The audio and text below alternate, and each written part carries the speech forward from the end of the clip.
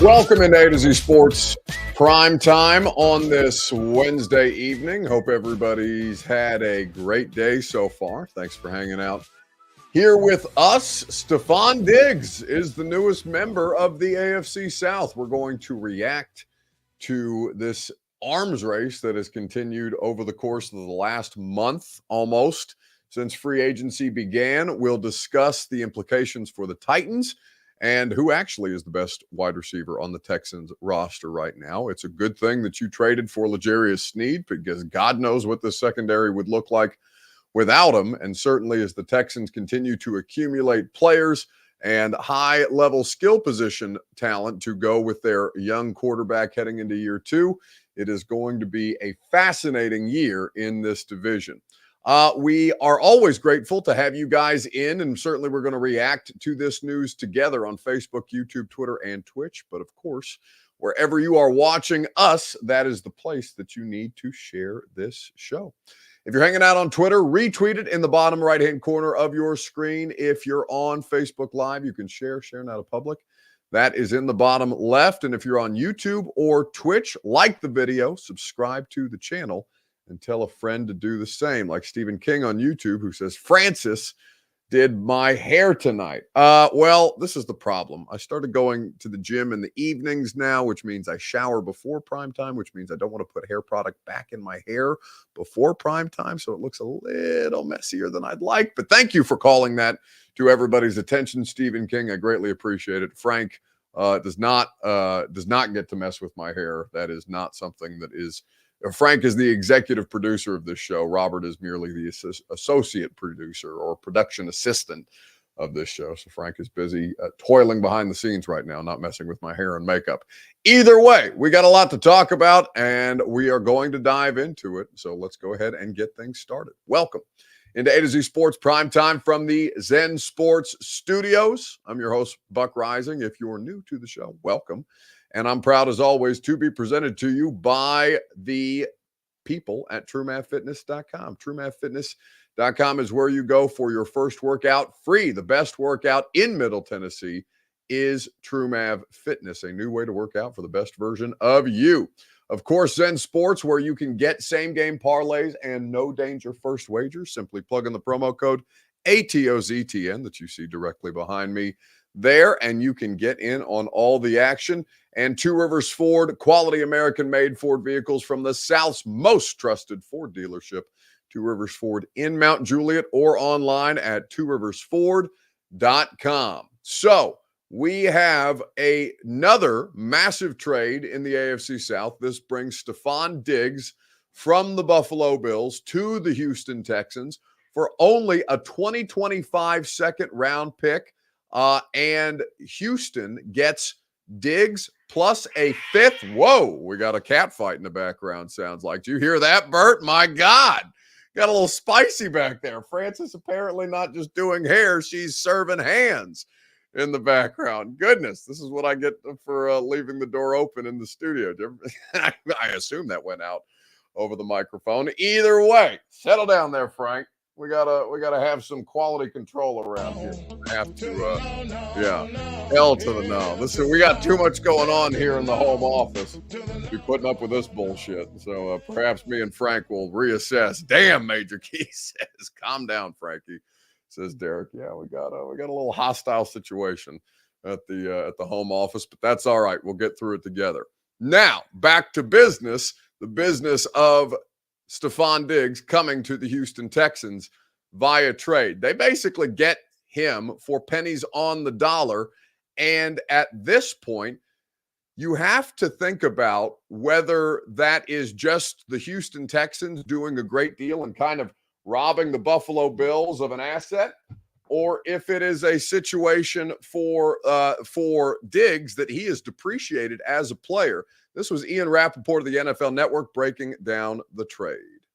Well, we'll start with the Buffalo Bills side of it. Of course, you mentioned it. They are sending Stefon Diggs to the Houston Texans, and it really signifies a mostly full reset for Buffalo.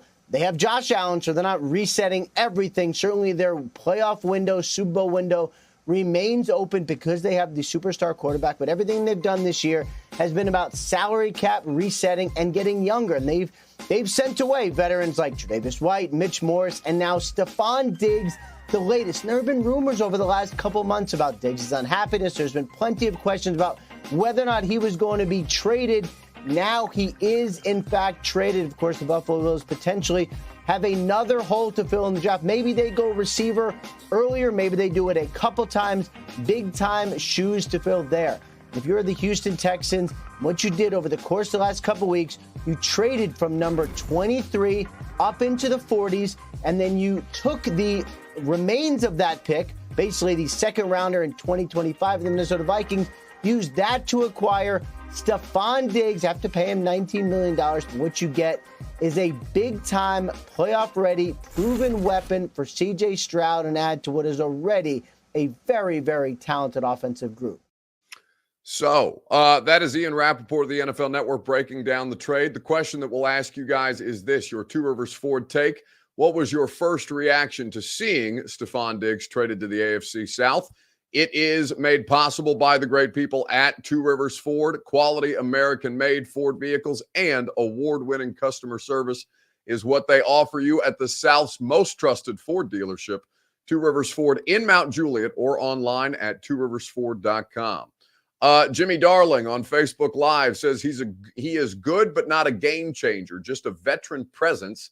Nothing our defensive backs can't handle. Well, that might be so at now that he's 31, but Stefon Diggs has kind of owned the Tennessee Titans' ass every time that he's played them. I know the Titans had a stretch of success against the Bills in a period of time where they seemed to play almost nearly every year in the regular season. It was a bit of a fluky schedule wrinkle. But looking at some of the numbers for Stefon Diggs against the Tennessee Titans, I don't know that I would be as dismissive as Jimmy just was. I'll pull up these numbers via StatMuse from earlier today.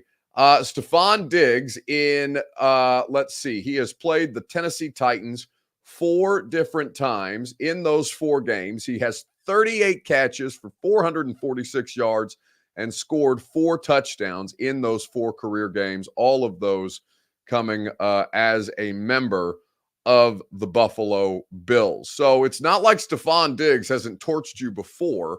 And I understand that L'Jarius Sneed is probably the best corner that you've had in the modern era of Titans football. And also, Stefon Diggs is not quite the same player. Buck, says David Lee, look up his Sneed stats. Yes, I've already done that. In fact, I wrote an article about it. I'm the one who looked up the Sneed stats, and you can go find those for yourself at A2ZSports.com. You're welcome. I did the Pro Football Focus deep dive. We got the coverage stats, and we were able to discern that Stefon Diggs has not had a great record of success against L'Jarius Sneed specifically, or when L'Jarius Sneed is the primary defender in coverage. I'll give you those numbers specifically here in just a second. So this is a different secondary than obviously Stefon Diggs has faced, but it's not like he has played poor Titans defenses before. This is a veteran player and an offense that is going to be able to cause you a variety of different problems, because it's not just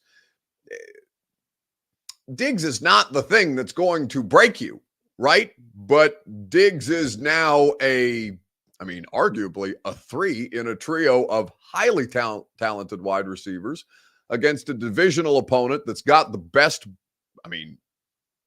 C.J. Stroud is the best quarterback in the AFC South already. Trevor Lawrence hasn't quite taken the same meaningful steps that we've already seen C.J. Stroud take in year 1. So they've got the best quarterback in the division. They've got the best skill position trio in the division. And they also have the best offensive line group in the division to go with the Houston Texans offense. And that's not even accounting for all the different moves that they've made on defense so far this year. So I think that when you, Corey D. Jackson says dismissively, highly talented receivers, LOL, where? Clearly you have not paid attention to what Tank Dell did last year in his rookie season before the injury, and the fact that Nico Collins is a wide receiver 1 out of the gate.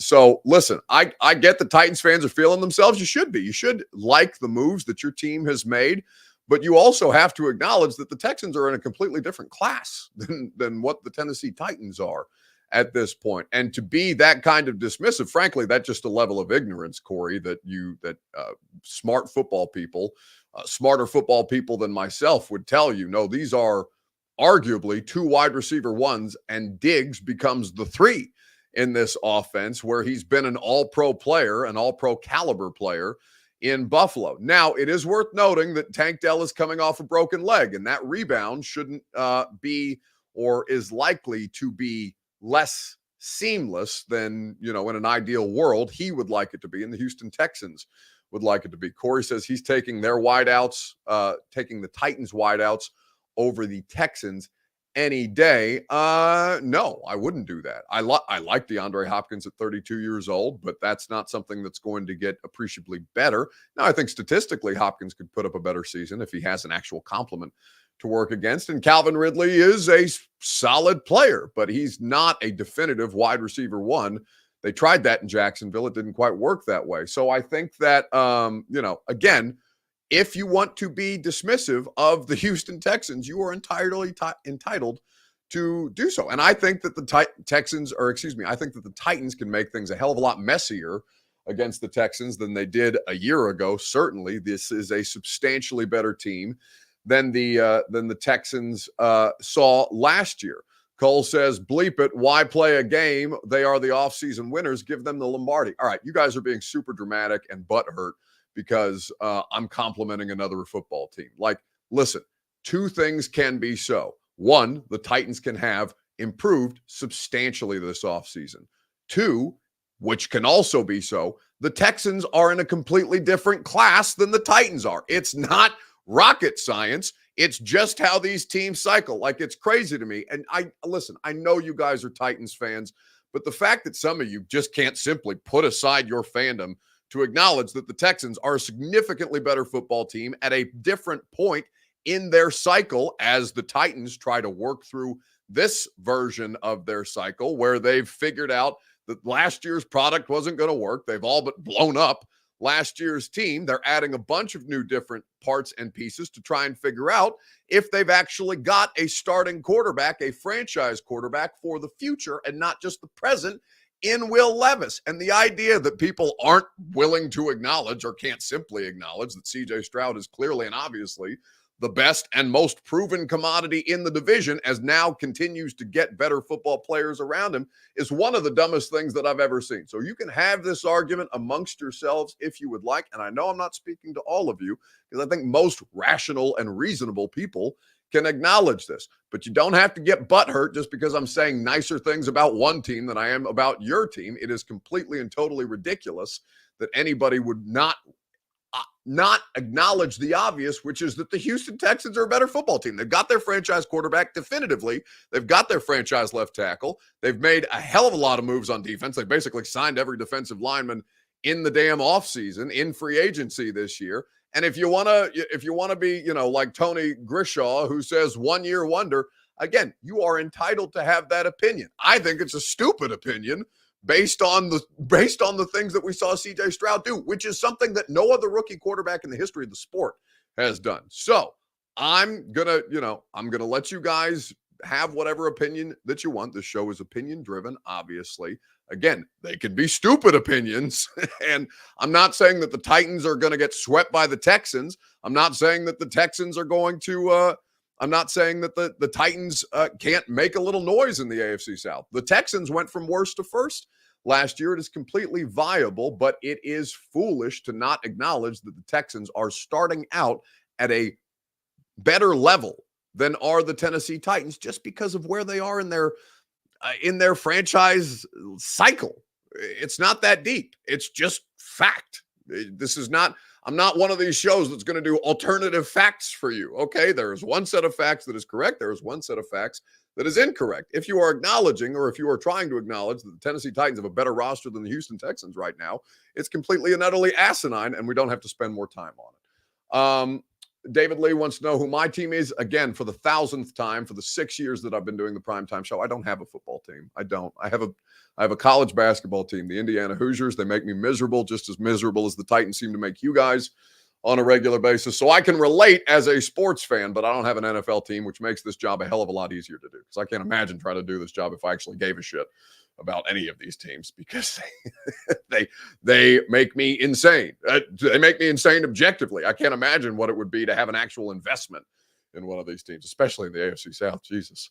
Edward Hayford says, Buck, you like the Colts. Stop. I in fact find Colts fans very, very annoying.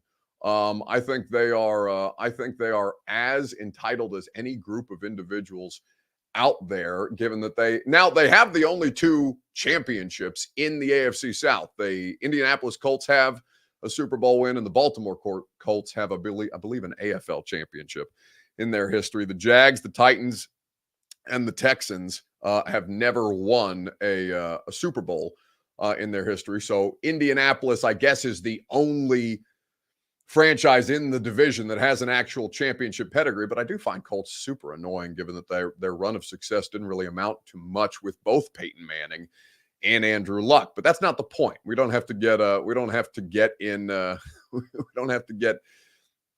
dug in on these things. Giggling grad student says, you sound butthurt over an opinion. Texans look good on paper. That's it. Yeah, that's the offseason. Dumbass, it's the only thing that we have to judge them on. Yes, they're better on paper. Well, I'm not saying it's not September. It's April the 3rd. I'm not butthurt over me having an opinion about the Texans looking on paper. I'm butthurt about the idea that people can't acknowledge the clear and obvious, which is one team is further ahead than the other. Sound butthurt over an opinion that the Texans look good on paper. That's it. That's the only thing we have to damn judge them on, is on paper. What the hell are you talking about? God, maybe you need to stay in grad school a little longer. It's just this. Listen, I love you guys. Every once in a while you can get my blood pressure up and get my neck veins going. My doctor actually texted me the other day. He goes, are you wearing that blood pressure monitor I gave you? And he said no. Or I said no, not quite yet. Certainly not during the primetime show, because the thing would spike off the charts if we did it around here. God almighty. Long story short, Texans making moves. Titans have moves. Thank God you have L'Jarius Sneed if you're a Titans fan, because can you imagine what your secondary would look like if you had Chidobe Awuzie, who is a solid corner when he's healthy, but that's about it. That's all they got at this point. Now they have a legitimate lockdown corner who's had great success against Stefon Diggs and can carry that over because he has a history of being able to run with number one receivers and legitimately being a shutdown corner. Anyway, Mike Peck says, keep going. I want to see the vein get bigger. It's just going to explode, and then I'm going to die on primetime on camera, which, again, would be phenomenal for ratings. But I just don't understand. I just don't understand why it's so hard to acknowledge like factual accuracies at this point in the offseason. Anyway, Eric Castillo says, Buck is frustrated because he's a Titans fan. That's right. You nailed me. You found me out. You caught me. Not the Colts. Not the Texans. I'm clearly and obviously a Titans fan. Anyway, Christian Tomas says Buck looked like Will versus the Dolphins with the neck veins. That's the only thing me and Will Levis have in common, is that we are both very vascular individuals. I'm not built musculature-wise like Will Levis is, but sure as hell I can find a neck vein or two. Anyway, let's keep it moving. Let's talk about, so who is the best wide receiver on the Texans? Because if you're talking about Stefon Diggs being added into the mix, I think a lot of people assume that he's going to be their wide receiver one, and that is not entirely the case. Mike Peck says, I'm a Brahmas fan. What the hell are the Brahmas? Oh, is that it's not XFL. What is it called now? UFL? UFL is what Bert is motioning to me in the background. UFL, whatever the hell the UFL is. Sure, I'll be a Brahmas fan. If you guys insist on assigning a football team to me, give me a damn UFL team. I don't care about any of the teams in the NFL. All right. So who's the best wide receiver on the Texans roster at this point with the addition of Stefon Diggs? Let's talk about it together on Facebook, YouTube, Twitter, and Twitch.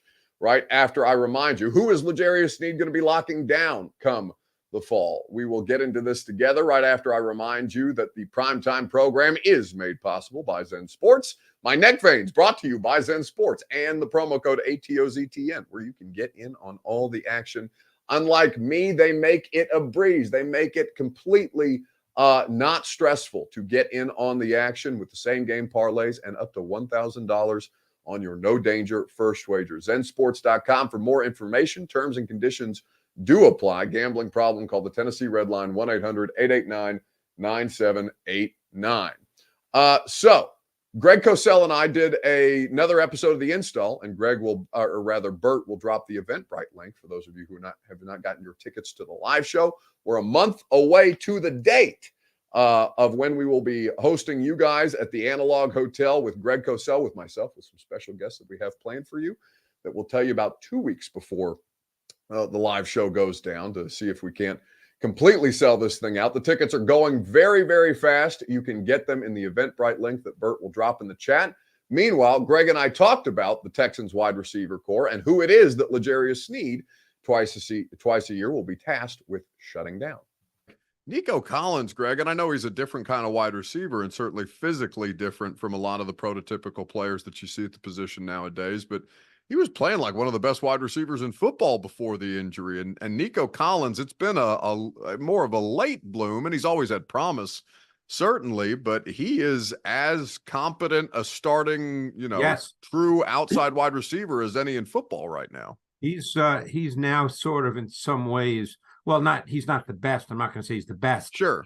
He's prototypical as far as what we call the boundary X, that single receiver to the short side of the field that can win one-on-one, that can run multiple route concepts. They get a lot of man-to-man coverage. He can get vertical. He can run crossers. He can run away from coverage. And quite honestly, because Stefon Diggs, and I know people probably have a sense of Diggs as being big time, but Diggs has declined a little bit. Mm-hmm. He is not a number one anymore. In fact, he may be the number 3 receiver there. He's certainly not going to get the same target volume that he got in Buffalo, which of course had declined pretty significantly. And he'll be 31 during the course of this season. So he's getting a little older, but in the situation now in Houston, he doesn't have to be, the so-called number one. He's not going to be. And we saw what Tank Dell did last year. So they've got a really nice trio, and they've got Dell and Diggs, who are both movable chess pieces within the context of an offense. So that Stefon Diggs might end up being the third wide receiver, again, speaks to a degree of depreciation for Stefon Diggs. He's not the same player that he was. When was he? I think his all-pro season was 2020. So he would have been 27 at the time. So this is not all-pro caliber Stefon Diggs anymore, but he's still a very threatening player, especially when you can deploy him as your third wide receiver and move them all across the formation. But it's probably Nico Collins is the Texans wide receiver one. It's been a slow burn for him over the course of his career, but with legitimate quarterback play, you've seen that come to fruition, and it'll probably be Sneed on Nico Collins and then trying to figure out how else to defend Tank Dell and Stefon Diggs in whatever formations they choose to come out. I think it's going to be a lot of fun. It's going to be a really, really fun year, I think, in the AFC South, because hopefully we can get a healthy Anthony Richardson and see what that actually looks like, if he can be any kind of a difference maker. I would love to see Will Levis take a legitimate step. I'd love to see Trevor Lawrence kind of live up to the billing of a former first overall pick. Trevor Lawrence is the old man in the division, which is kind of crazy to think about. It happened very, very quickly. So this figures to be an incredibly fun season of AFC South football. And, provided that all of these young quarterbacks, including Lawrence, take a meaningful step in their development, because the Jags roster is not in a good spot right now. Texans are obviously the best team in the division. Colts, they'll go as far as Richardson goes. And I could basically say the same thing of Levis, because I have a slightly smaller question mark with Levis than I do with Richardson, but that's because Richardson only appeared. I think Richardson only appeared in something like 5 games last year. Jordan Humphrey says Diggs acts like a diva every game. With his number of targets going down, I don't see him being happy. He's going to be happy as long as he wins, right? And the AFC South is a hell of a lot easier to win than the AFC East in recent memory. So some numbers quickly. Actually, I'm going to tell you that the Primetime Show is made possible by the great people at True Math Fitness in the Gulch before I give you L'Jarius Sneed's numbers against Stefon Diggs in the last couple of years. They have played each other 6 times in 7 total meetings for the Bills and the Chiefs since L'Jarius Sneed was drafted to the Chiefs in 2020. But I'll give you those numbers here in just a second, right after I remind you that the Primetime program is made possible by the great people at True Math Fitness in the Gulch. No workout is ever recycled or repeated at TrueMav. They are just there to put you in position to succeed. Whether it's group fitness classes, personal training, or anything in between, TrueMav Fitness is the place that you can improve your physical fitness, no matter if you're just trying to get into better shape, if you're trying to improve your conditioning, if you're training for various kinds of competitions, whether that be marathons or I know people are into high rocks, things like that. TrueMath Fitness is the best workout in Middle Tennessee. The first workout is free as a Middle Tennessee resident at TrueMathFitness.com. All right, so quickly some numbers on L'Jarius Sneed versus Stefon Diggs because they are very, very favorable. And it's a good thing that you've added a player like him, whether he's going to be up against Diggs or, I mean, who else is on the schedule this year? Justin Jefferson. The Titans have a game with the Vikings this year. All kinds of top flight receivers on the schedule in 2024. So Diggs, I gave you Diggs' numbers against the Titans in 4 career games. He's had over 400 yards with 36 catches, 4 touchdowns in those 4 games. In 6 games against the Chiefs, well, Diggs has played the Chiefs 7 times since L'Jarius Sneed was drafted in 2020. Sneed was on injured reserve in his rookie season the first time that he had an opportunity to go up against Stefon Diggs, but he's played in the 6 games since then, including 3 in the postseason. Diggs has registered only 3 catches for 37 yards on 10 targets when Sneed is the primary defender in coverage, according to Pro Football Focus. That includes the AFC divisional round this year, where Diggs was targeted 5 times, did not record a single catch, and Sneed is credited with 3 pass breakups on those 5 targets. So L'Jarius Sneed, even if he's not an all-pro caliber player this year, the same way that he was last year, he gives you the ability to take away one side of the field, or at least he did in Kansas City, and you're hoping, obviously, for the paycheck that he can continue to do that and be a huge benefit to your defense in the same way that he was for the Chiefs over the course of the last couple of seasons. Should be, like I said, it's going to be a fascinating year in the AFC South. I can't wait to see how it plays out. All right, so let's wrap up with rising and falling. I know the graphic does not indicate that we're doing rising and falling, but that is indeed the case.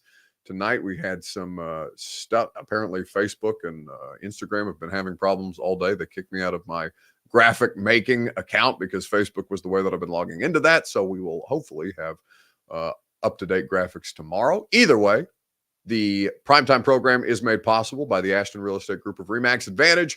Go to GaryAshton.com for your dream address without the stress. And remember, don't sell without the intel that the official real estate agent of the Nashville Predators will provide. Whose stock rose, whose stock fell this week in sports? Let's talk about it together. There's a couple of different places that you could pick from. For example, women's college basketball, a massive television rating number for the LSU-Iowa game, the most in the history of women's college basketball. It is the marquee tournament between the two this year with the men's and the women's Final Fours. Well, I guess the women are getting ready to get through the Elite 8 in the coming weekend, and the men's Final Four will take place this weekend. But women's college basketball, for sure, stock up. Stock down, apparently, Dan Orlovsky and his, how should I describe this? Well, I guess there's no other way to talk about it other than to say that Dan Orlovsky allegedly has gas.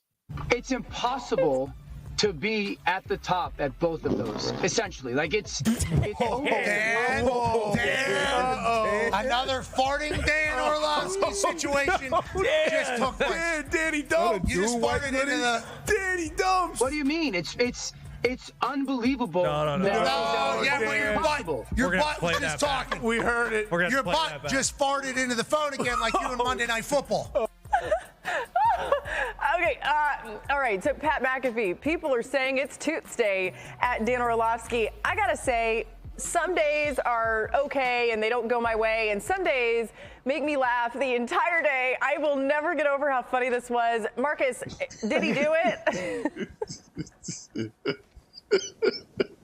Bro, why is it you, bro? You know, the more and more this keep happening, bro, it's going to be real at some point, dude. There are poots. Like, I'm going to give you a pass on this one because I do believe as it in was a pass the gas windshield wipers. or... Oh. No. You guys. Bro, how does your mic keep catching the simulation of a toot, bro? Doug, I don't know, bro. I don't know. And I'm very thankful for everything that I've gotten in my life, and I've been unbelievably blessed. I've been put in some inexplainable situations that are not easy to be in. This the price you got to pay, bro. That's the price you got to pay. It has become the price you have to pay. He is out there Putin. Jeez, Dan, man. it is a little weird. You have to admit, it's a little weird that like there would be multiple times where you'd be on air talking about football and this happens. I don't understand it, man. I don't understand it. It made me think of...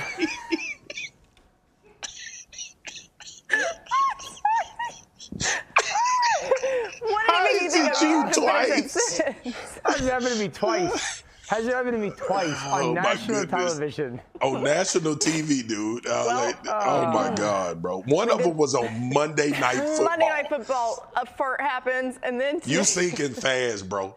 I got to tell you something, Your guys. ship is sinking fast What have around I done here. wrong, Doug? I pray every morning. That's the first thing I do.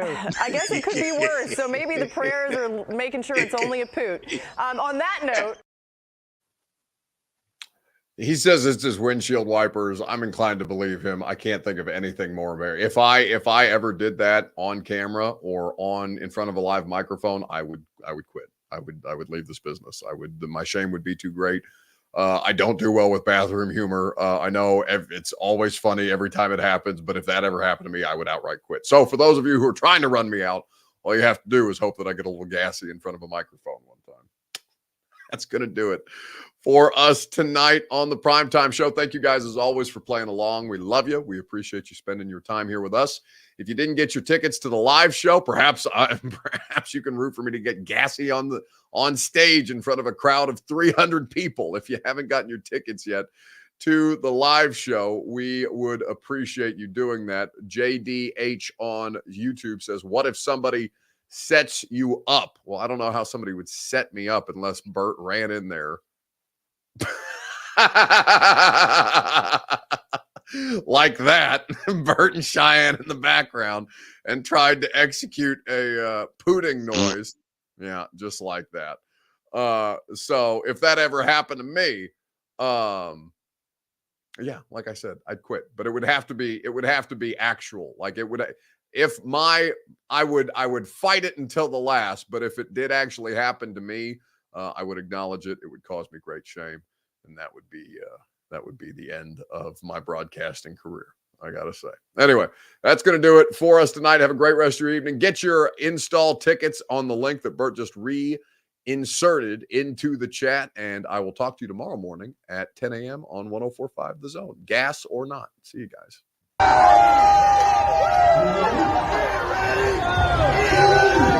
Ready?